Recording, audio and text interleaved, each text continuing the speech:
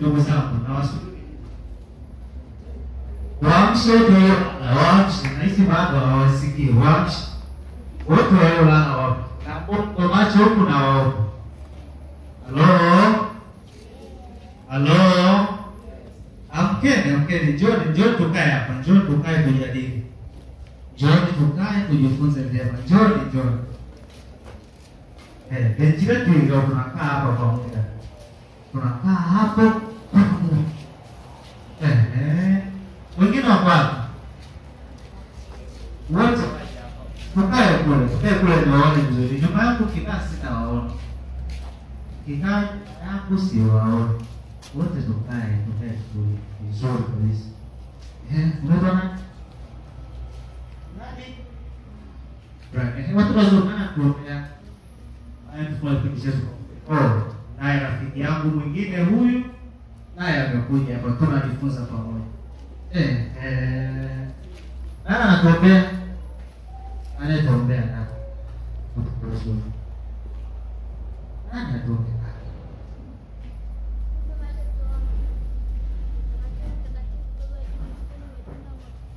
Kisha masaa kwa zangu na hata tunaenda kusoma Biblia naomba katakase kaze kuelewa kwa jina la Yesu.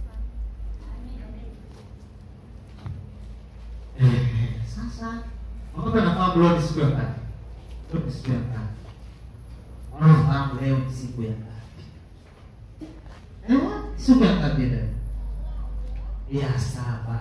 Haleluya. Wazazi leo siku ya ngapi? Ya 7. Leo nina somo zuri. Sema leo nina somo zuri. Somo langu la leo lina kichwa kinachosema asichokipenda Mungu. Asichokipenda nani?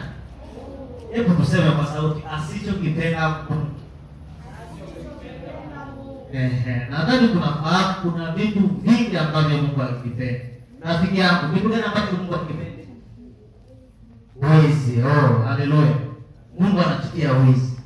Wakati ni wizi kidogo tu. Hata kama unaonja sikuiba kidogo kwa ngapi wanaiba hivi. Haleluya. Kwa pamoja. Kitu kingine ambacho Mungu akipenda ni nini? Bwana Yesu asifiwe. Uongo. Leo tulikuwa tunajifunza kule nje kwamba mtu muongo huwa kichwa kinavimba akishapata uongo anatamani wapi aende akatoe kile kilichovimba. Kitu kingine ambacho Mungu akipendi ni nini? Rafiki, ambacho Mungu akipendi, Mungu akiona hivi anachukia kabisa. Kitu gani? Wewe. Kitu gani ambacho Mungu anapenda? Matusi. Kuna watu wanatukana huko. Si mara moja hata masusi. Mara moja tu hapo. Mara moja tusiwe si. Ndio vitukana mara moja bahati. Kuna zile bahati mbaya zipo.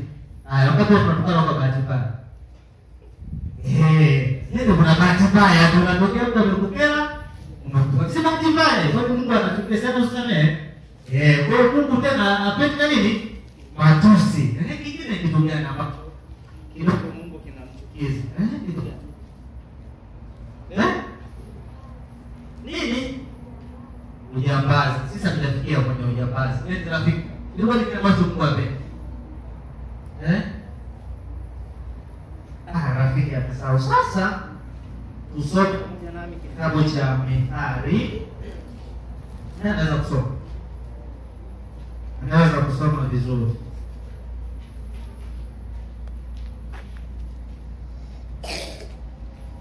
Mithali mstari wa Mithali 12 na ule mstari wa 19.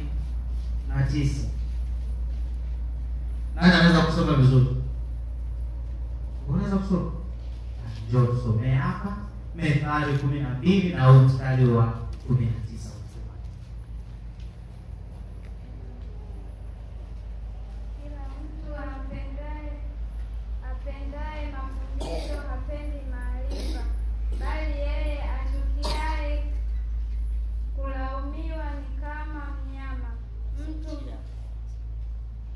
Asiyependa mafundisho ni nani? Jamani. Asiyepata mafundisho ni nani? Haya tunaye na sisi watoto tunaye. Sasa kuna fungu la 19 linasema hivi: mdomo wa kweli utathibitishwa milele. Mdomo wa kweli utathibitishwa, yaani wewe ukiongea ukweli, ile jambo lako litakaa milele. Tuko pamoja? Lakini ulimi wa uongo ni wa kitambo, yaani wewe ndio una propaganda za uongo ni za muda mfupi, zinapotea. Anasema hivi 22, mdomo wa uongo. Tuko pamoja? Mdomo wa uongo 22 ni furaha kwa Bwana. Bwana Yesu asifiwe. Bwana Yesu asifiwe. Mdomo wa uongo ni furaha kwa Bwana. Bwana Yesu asifiwe. Sabuna tauna. Mdomo wa uongo ni namna gani? Ni chukizo kwa Bwana. Haleluya. Mdomo wa uongo ni chukizo kwa Bwana, bali watendao uaminifu ndio chukizo kwake. Bwana Yesu asifiwe. Wanaofanya uaminifu ndio furaha kwa nani? Kwa Bwana. Mbinguni kule kulikuwa kuna malaika. Watoto kutana Rusi. Wazazi wakatana Rusi. Huyu alikuwa ni malaika mzuri sana mbinguni. Unalitakuwa hilo? Sasa shida yake ilikuwa ni moja tu. Shida yake ilikuwa namna gani? Ni ipi hiyo shida yake? Naweza kutabia shida ya huyu malaika Lucifer ilikuwa ni ipi? Shida ya Lucifer ilikuwa ni ipi? Ana tamaa nyingine. Maana unaweza ukawa una tamaa lakini una ukweli kwenye kile ambacho unatamani. Si ndio? Si ndio? Sifa yake kubwa huyu malaika Lucifer ilikuwa ni ipi? Ilikuwa ni uongo. Nini kilitokea baada ya Lucifer kudanganya kule mbinguni? Nini kilitokea? Lucifer alikuwa anakaa mbinguni, si ndio? Mwanzo alikuwa anakaa wapi? Mbinguni. Nini kilitokea baada ya Lucifer kudanganya kule mbinguni? Watoto tunyoshe mikono. Nini kilitokea Lucifer? Kulitokea vita mbinguni na akashushwa wapi? Duniani.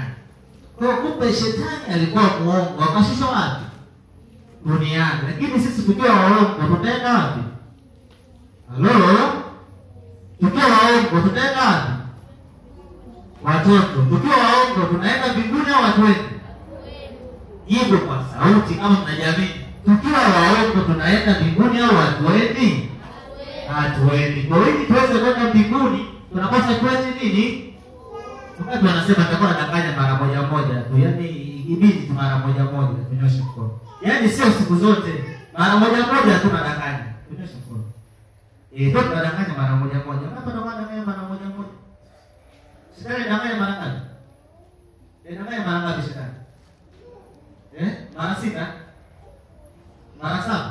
Eti wazazi, shetani anadanganya mara ngapi mbinguni? Mara moja. Kilichotokea akafanyaje? Akashushwa. Kwa sisi hata tukidanganya mara hii hatuendi wapi? Mbinguni. Roho wa Mungu ingia uone ndani kwa waongo, ingia uone ndani kwa wakweli. Roho wa Mungu anaingia kwako, anakuona na kama Mungu. Bwana Yesu asifiwe. Lakini akisha kuona anakupa badiliko.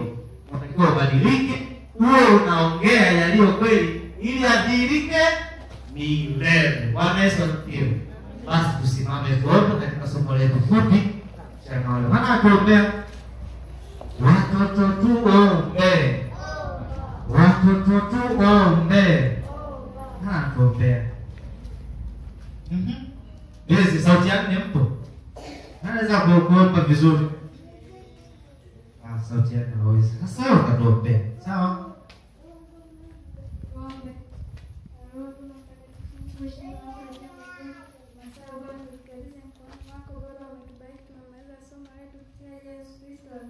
Amen.